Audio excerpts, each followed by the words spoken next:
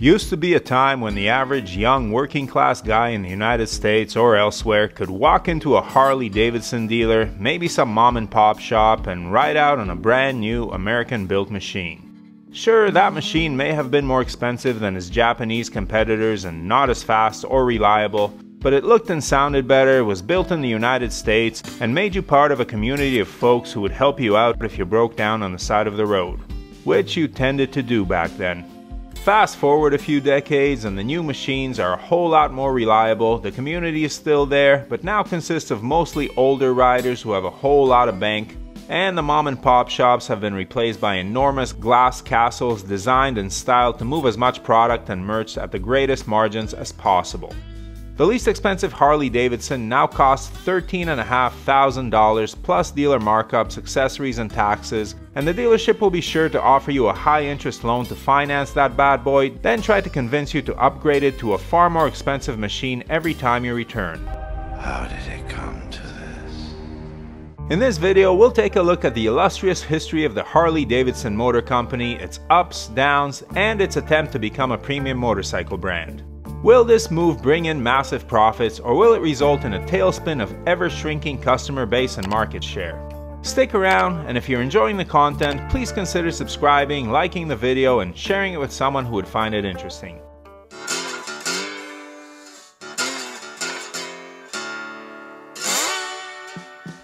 Harley Davidson was started way back in 1903 by William Harley and Walter, Arthur, and William Davidson, who stuck a motor on a bicycle and launched the legend. In its early years, Harley was an innovative and competitive company, dominating various forms of racing and setting standards for motorcycle performance that often left the rest of the industry playing catch-up. The company survived the Great Depression and supplied motorcycles to the US Army during World War II. It made it through the 50s as its greatest American rival, Indian, went under. It competed against the British invasion from Triumph, BSA, and several other brands in the 60s, and then the bottom fell out. Because at the end of the 60s, Honda introduced the first really successful big Japanese motorcycle, the CB750, and it was head and shoulders better than any Harley or British machine of the time. The rest of the Japanese Big Four jumped in with faster, more technologically advanced, better performing motorcycles soon after, and put the British motorcycling industry out of business. And they would have done the same to Harley Davidson, which was on the brink of collapse until it was purchased by American Machine Foundry, AMF for short.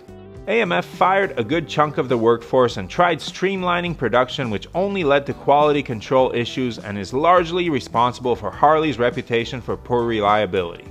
Harleys have been fairly reliable for almost 40 years now, but the AMF reputation is hard to shake, especially considering the almost fanatical focus on reliability by competing Japanese brands.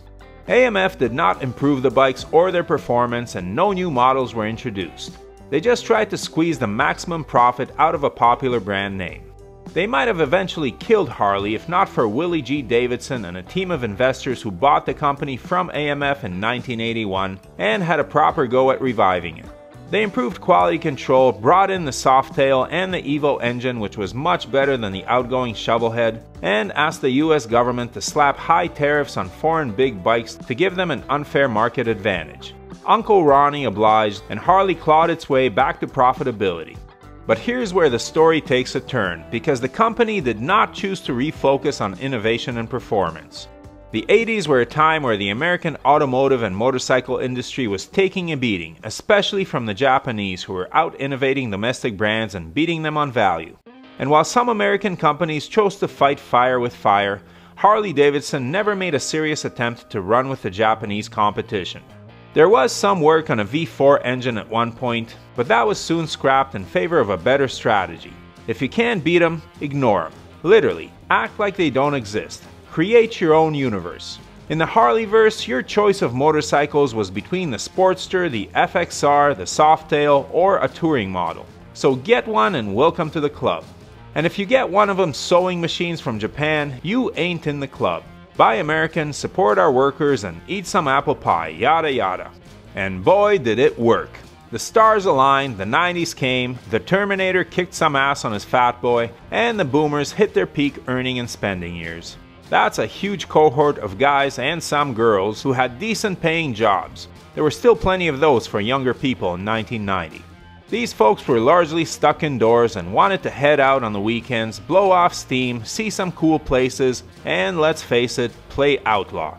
Shiny chrome and leather chaps sold like rum and cokes on spring break, and times got real good for Harley Davidson. The marketing was heavy on heritage and nostalgia, the prices high, the wait lists long, and the showrooms empty. It was around this time that the mom-and-pop Harley dealers were closed and replaced with the glass palaces that now adorn the sides of every interstate, and these new dealers were forced to mark up the bikes, accessories, and clothing to pay for their fancy new buildings. The customers didn't care because they were awash in cash, and the party looked like it was never gonna stop. So, in retrospect, ignoring performance and focusing on style and heritage served the company well, and Harley Davidson enjoyed a decade and a half of incredible growth, which topped out in 2006 when it sold 350,000 very big, very expensive motorcycles to very happy customers. Nothing wrong with that. Capitalism, baby. But clouds were forming on the horizon. Those baby boomers were getting older, the average age of a Harley rider was getting up around 50, and people in that age bracket start thinking about their retirement and cutting their expenses as they near it. And then there was the subprime mortgage crisis of 2008 and the Great Recession that followed. A grinding bear market punctuated by huge layoffs that cost many middle-class families their homes and considerably cut their standard of living. People were not buying toys like motorcycles, especially pricey ornamental ones like Harley Davidson's. It was years before the US economy recovered, and when it did, the boomers never returned to Harley showrooms in the same numbers. They were getting older and had had a big scare. Who knows when the next big crash might happen? Spoiler alert, 2022 was the answer. And so yes, the company regained some of its sales, but not all of them, and those sales have been falling ever since. The pandemic was another big kick in the pants, and while you could argue that profits are rebounding, they have not recovered to their former numbers. Well, the old-timers are retiring now. A guy who was 35 when Arnold was jumping his fat boy in Los Angeles is turning 68 this year, and retirees on fixed incomes tend to tighten their belts and keep riding the Harleys they already own. So yes, profits have returned, but they're considerably lower than they were in 2014, even with all the crazy inflation that just happened.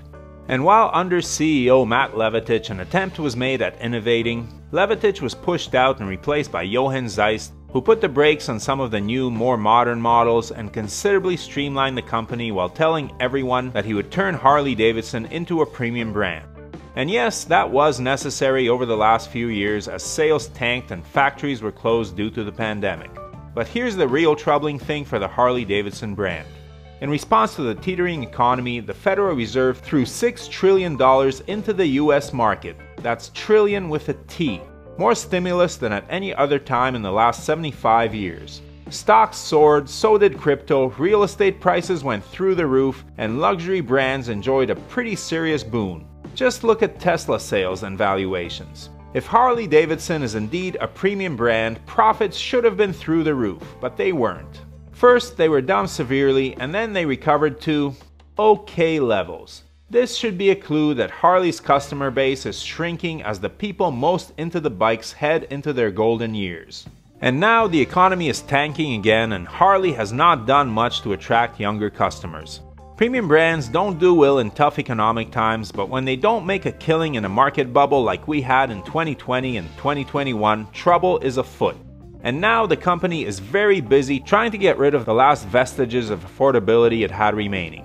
Consider that it killed the Dynaline in 2018, its most affordable big twins. More recently, it axed the Lowrider, only keeping the more expensive Lowrider S.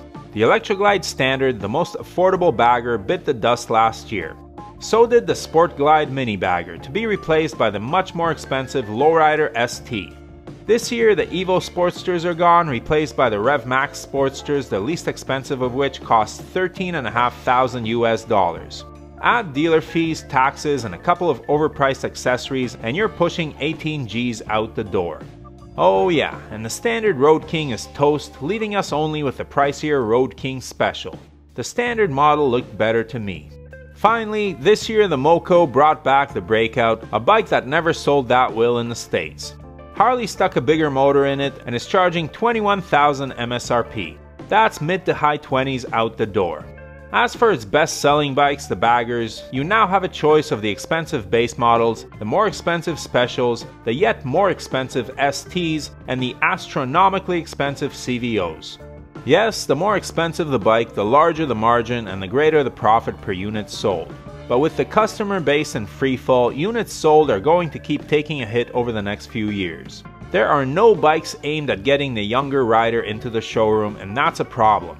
Yes, younger riders can buy used, but those profits are not ending up in Harley's coffers. Additionally, I've heard the argument that Harley will become an aspirational brand and that riders will move up to Harleys after they've ridden other bikes for a while. The problem with that reasoning is that for a brand to be aspirational, it has to be cool, and Grandpa's bike ain't cool. Yes, if you live in small-town America and all you see are Harleys, you may imagine that the company is fine. But most people live in big cities, and hogs don't enjoy the same popularity there. That young professional who just got a raise and a promotion is not going to trade in his Honda for a Harley. Why would you take a step backwards in performance when you can get a Ducati, KTM, or BMW and have a premium bike that rips down the straights and handles in the curves? The Pan America and new Sportsters were steps in the right direction, but no new bikes were teased for this year despite everyone being sure that a smaller Pan America 975 was on the way. And as for an entry-level 750cc bike, don't hold your breath.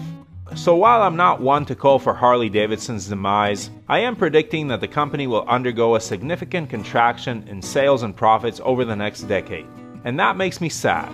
It's also sad that a working class guy can't walk into a dealership and ride out on a new hog without signing his future away and paying astronomical interest on a long-term loan for something that used to be attainable with just a year or two of savings.